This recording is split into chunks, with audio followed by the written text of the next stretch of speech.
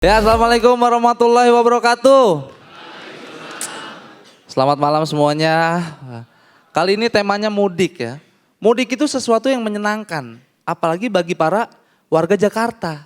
Ya enggak? Kalian tahu sendirilah kalau Jakarta hari biasa tuh macet banget, padat sama kendaraan. Kadang kita mau nyebrang aja susah, banyak mobil ya enggak? Gue mau nyebrang nih pernah, Tintin, aduh. Tintin, aduh. Tintin, aduh. Mobilnya mah diem, orangnya yang iseng, Tintin.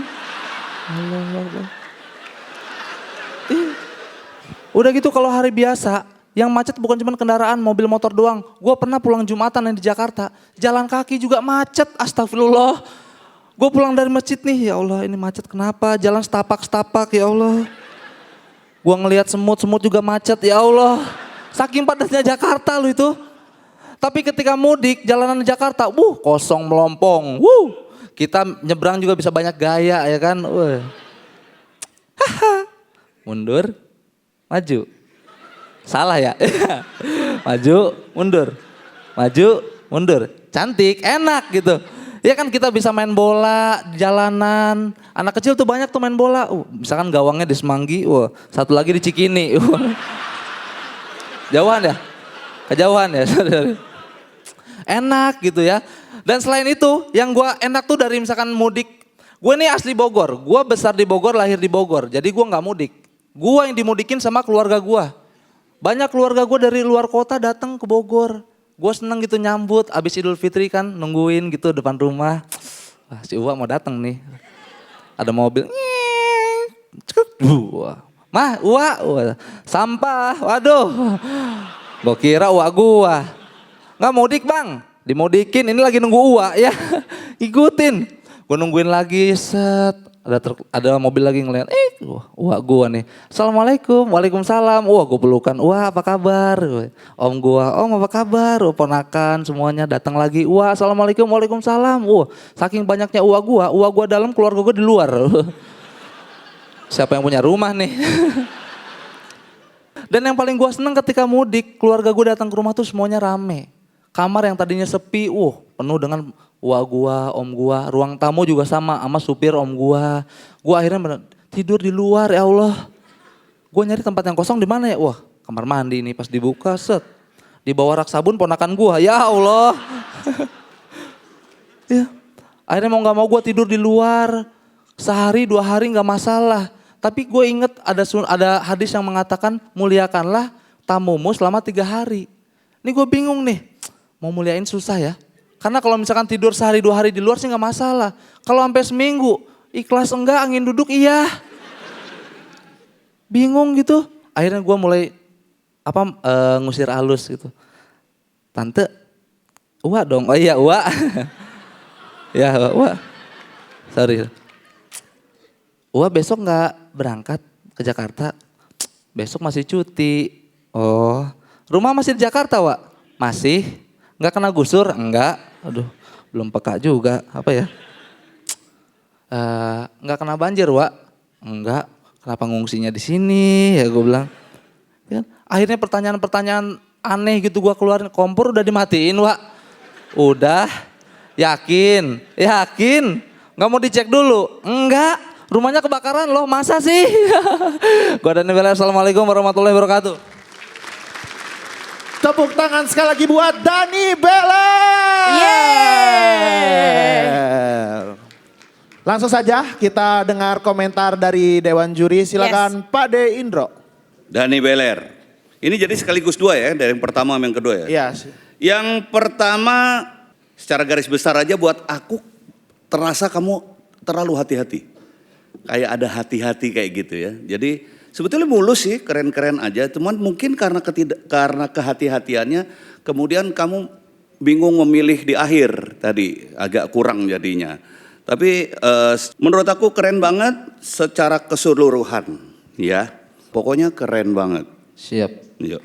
Pak De. Oke, dan selanjutnya kita dengar apa kata Bang Panji. Nggak cukup baik untuk 4 besar sih. Gue rasa semua bisa menilai itu. Nggak spesial.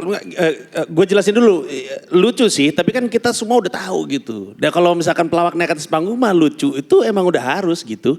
gue tuh berharap dikejutkan gitu, dikagetkan. Kasih gue sesuatu yang spesial di 4 besar gitu loh. Bikin gue kagum gitu sama orang yang kualitasnya udah nyampe 4 besar.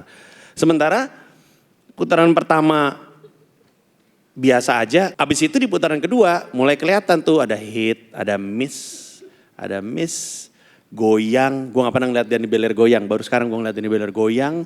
Gak jelas, gue lagi nyatet nih, mau nulis goyang, tiba-tiba lu 39 detik masih tersisa udah berhenti. Jadi kita bisa ngelihat nih Danny Beller nih agak ngos-ngosan. Secara umum mungkin yang lu harus cermati adalah bukan di bagaimana lu menciptakan punchline, tapi bagaimana lu memilih premis. Kasih dong gue premis yang gue gak pernah dengar. 4 besar, ya ampun.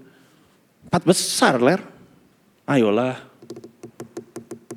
Bikin orang di rumah tuh pengen dateng ke sini karena ngelihat komika di TV tuh ini keren banget nih, gue mau dateng.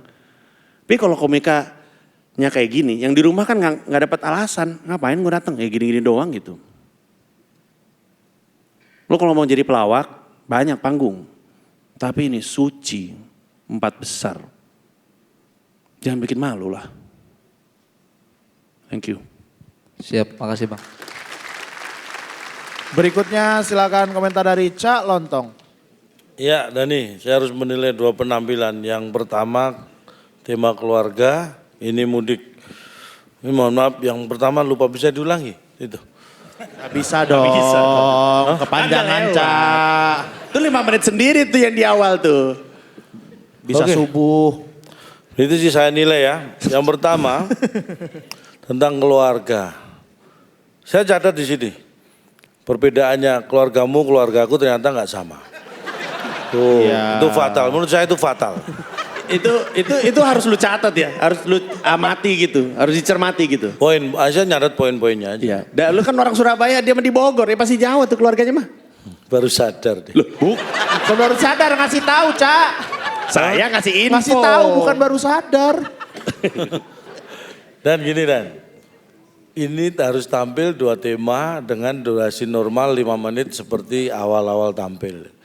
Menurut saya dalam sebuah kompetisi apapun alasannya itu bukan hal yang mudah. Walaupun Anda sudah di 4 besar, itu adalah sesuatu tekanan yang tidak mudah buat Anda. Kalau buat saya sih mudah, kan saya tinggal menilai. Kalau buat Anda saya kira ini bukan hal yang mudah. Tapi saya kasih tips ya. Ketika Anda menghadapi tekanan yang seperti ini bagi tadi 4 besar yang lain juga yang 3 belum tampil, yang kedua saya kasih tahu.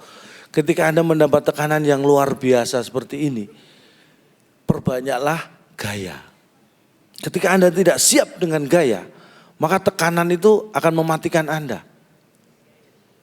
Paham ya? Tekanan bisa menimbulkan gaya. Ketika kamu mendapat tekanan, kamu harus mempersiapkan banyak gaya. Karena dengan tekanan itu kamu rubah menjadi gaya, maka energinya tidak akan hilang, akan membuat gaya itu semakin variatif.